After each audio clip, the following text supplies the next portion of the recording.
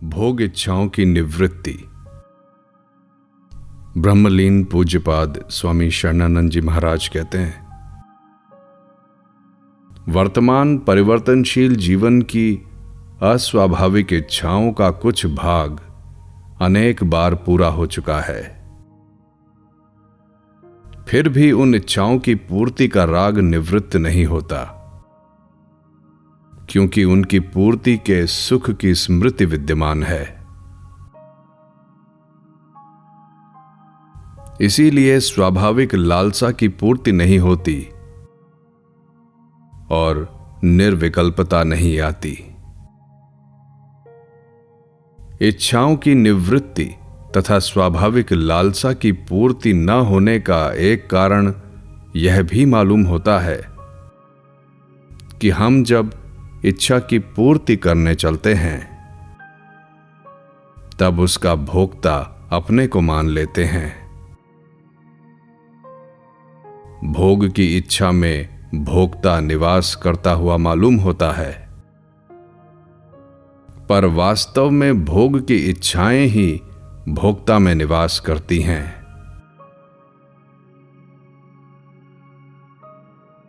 जिस प्रकार सभी बीज भूमि में ही निवास करते हैं, उसी प्रकार सभी इच्छाएं भोक्ता में निवास करती हैं।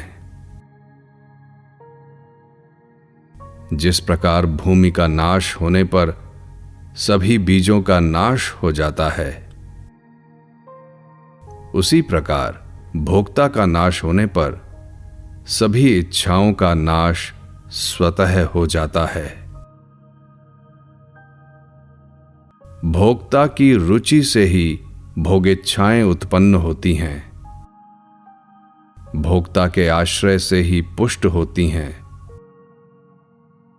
और भोक्ता ही में इच्छा पूर्ति का सुख अंकित होता है, जो पुनः इच्छाओं की उत्पत्ति का हेतु बन जाता है।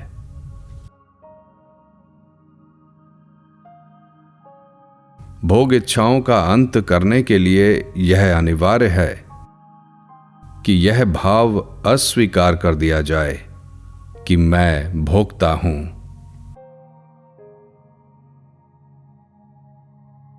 अब यह विचार करना है कि हम अपने को भोक्ता न माने तो क्या माने? तो कहना होगा कि हम अपने को साधक माने।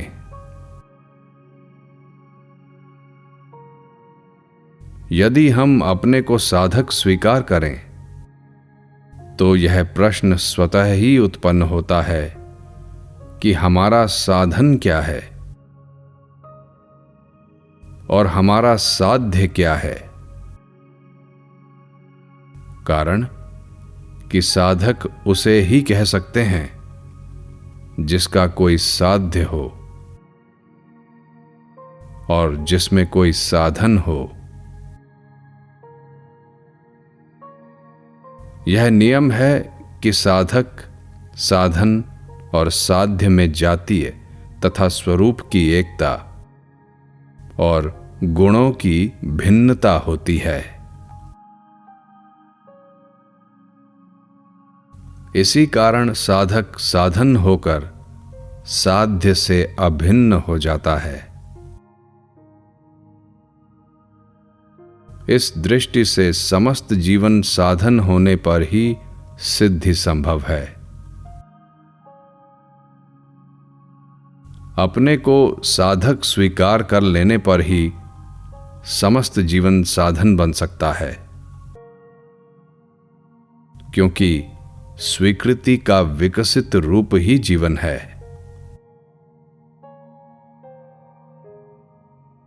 असफलता का कारण एकमात्र यही है कि हम साधन को जीवन का एक अंग मानते हैं। इस प्रमाद के मिटते ही साधक साधन से अभिन्न होकर साध्य में विलीन हो जाता है।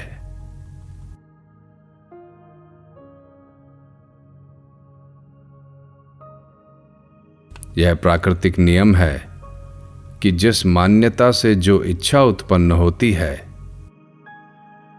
उसकी पूर्ति होने पर उसी मान्यता की सिद्धि होती है जिस मान्यता से इच्छा उत्पन्न हुई थी।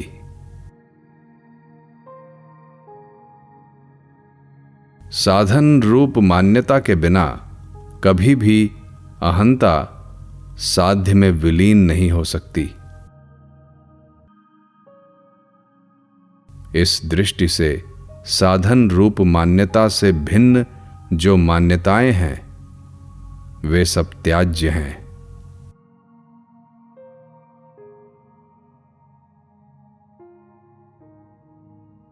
भोग इच्छाओं की निवृत्ति न होने का एकमात्र कारण यही है कि हम अपने को भोक्ता मानते हैं, जो वास्तव में प्रमाद है।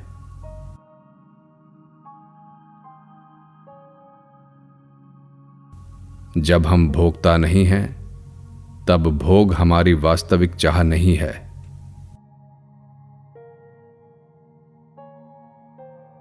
अब विचार यह करना है कि हम अपने को भोक्ता कब से मानते हैं और क्यों मानते हैं।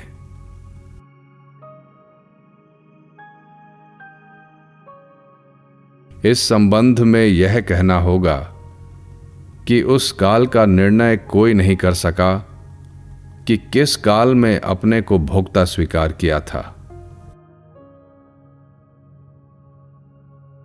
और अपने को भोक्ता क्यों मानते हैं। इस विषय में केवल यह संकेत किया जा सकता है कि देहाभिमान के कारण मानते हैं। भोग के परिणाम में भोग से अरुचि होती है और भोग से अतीत के जीवन की रुचि जागृत होती है। इस आधार पर ही हमें यह मान लेना पड़ता है कि भोक्ता होकर रहना हमारा नित्य जीवन नहीं है। अतः भोग से अतीत के जीवन की जिज्ञासा जागृत होना अनिवार्य है।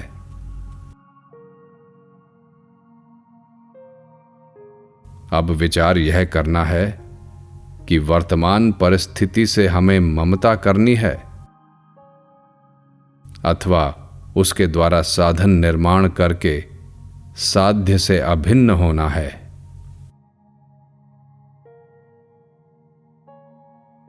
शरीर आदि प्रत्येक वस्तु साधन सामग्री है। उसके प्रति ममता न करके उसके द्वारा अपने साध्य को प्राप्त करना है।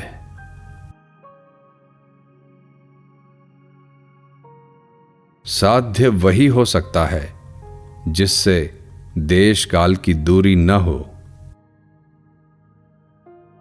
और साधन वही हो सकता है जो वर्तमान राग की निवृत्ति में समर्थ हो। राग रहित होते ही अनुराग का उदय स्वाभाविक है और राग रहित होते ही अविवेक की निवृत्ति भी अनिवार्य है। अविवेक निवृत्त होते ही अहम भाव रूपी अणु स्वतः गल जाता है।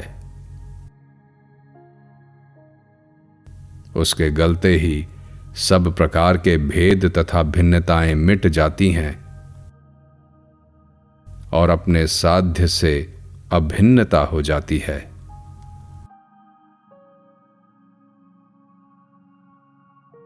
परतंत्रता केवल अस्वाभाविक इच्छाओं की पूर्ति में है, स्वाभाविक लालसा की पूर्ति में नहीं।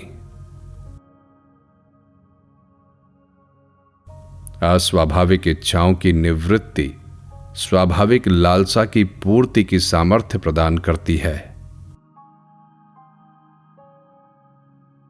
अस्वाभाविक इच्छाओं की निवृत्ति वर्तमान परिस्थिति के सदुपयोग में निहित है।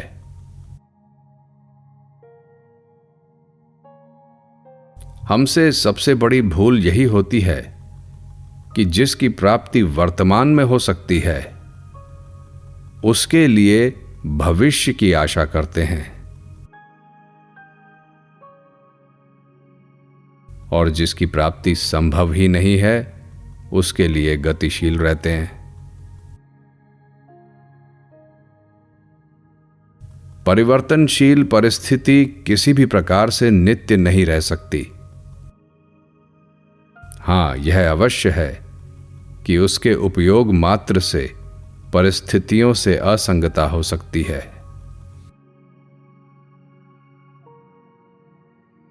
परिस्थितियों की असंगता हमें उस जीवन की ओर ले जाती है जो अनंत, नित्य तथा चिन्मय है, और जिसकी प्राप्ति वर्तमान में ही संभव है, भविष्य की आशा पर नहीं।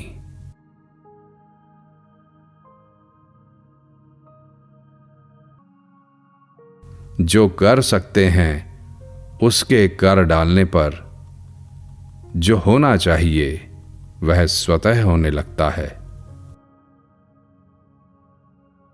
और फिर जो प्राप्य है उसकी प्राप्ति स्वतः हो जाती है।